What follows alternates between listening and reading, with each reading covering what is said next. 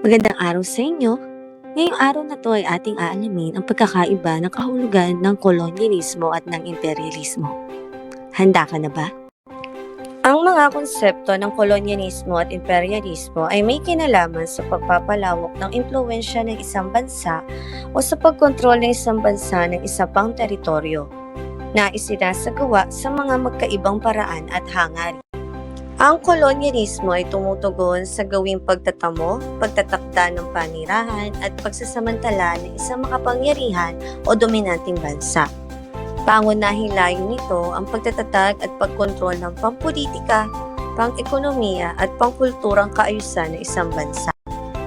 Ang mga kolonya ay karaniwang itinatatag sa malalayong rehiyon na tuwirang kinokontrol ng kolonyalistang bansa.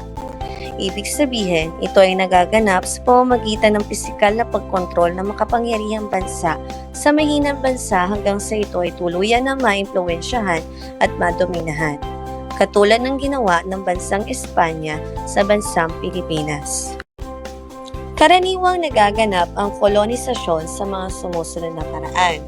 Una, pagpapadala ng mga kolonyalistang bansa ng pangkat ng mga maninirahan sa inokupahang teritoryo. Pangalawa, pagsasamantala ng mga kolonyalista sa yaman likas ng bansang inokupahan.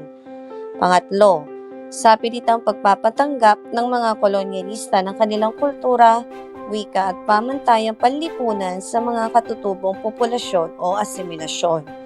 At panghuli, tuwirang pagkontrol sa mga kolonya. Nakadalasang nagaganap ito sa pamamagitan ng itinalagang opisyal o hukbong militar ng dayuhang kolonyalista. Sa pagkakataong ito, karaniwang limitado lamang ang galaw at desisyon ng mga katutubong populasyon. Kung pag-uusapan ang naging epekto ng kolonyalismo, naging malalim at masalimuot ang mga naging epekto nito. Una na dito ang pagsasamantalang pang-ekonomiya, na karaniwan ay ang pagsasamantala sa mga likas na yaman. Pangalawa, sa pilitang pagpapatrabaho at pang-aalipin. Pangatlo, pagkagambala ng panlipunang bunga ng pagpapasunod ng kulturang dayuhan. Pang-apat, panunupi sa kapangyarihang politikal ng mga katutubo. Panlima, hindi matatawarang epektong pangkalusugan. At panghuli, pagpapaunlad ng infrastruktura.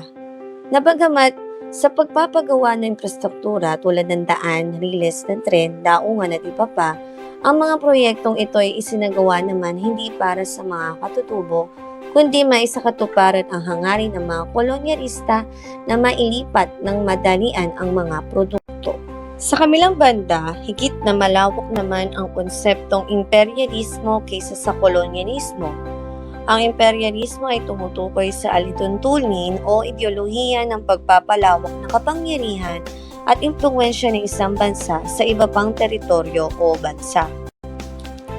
Ang imperialismo ay maaaring maganap sa iba't ibang paraan tulad ng pangingibabaw sa ekonomiya ng isang bansa sa pamamagitan ng kalakalan, pamumuhunan o pagpapautang. Maaaring paggamit din ng militar sa pakikialam o pagkontrol sa isang lokasyon at pag-impluwensyahang kultural gamit ang media, edukasyon at ideolohiya. Tulad ng kolonyalismo, ang imperialismo ay napatatakbo ng tuwiran ngunit sa banayad na pag-impluwensya ng hindi tahasang kinokolonisa ang isang bansa. Karaniwang sangkot ang pagiging makapangyarihan ng isang bansa sa imperialismo. Ibig sabihin, karaniwan ang pagpapalawak ng isang makapangyarihang bansa sa higit na mahina o umuunlad pa lamang na bansa. Sa kasalukuyan, ang imperialismo ay kinakatawan ng konseptong neokolonyalismo. Ito ay tumutukoy sa pagkontrol ng isang makapangyarihang bansa sa ekonomiya at politikal na alintuntunin ng isang pangbansa na hindi nagaganap ang direktang pananakop dito. Ngayon ay natukoy natin ang kahulugan at ang pagkakaiba ng kolonyalismo at imperialismo. Sa susunod na aralin ay ating bibigyan pansin ang pagkakaiba naman ng tuwiran at di tuwirang kolonyalismo.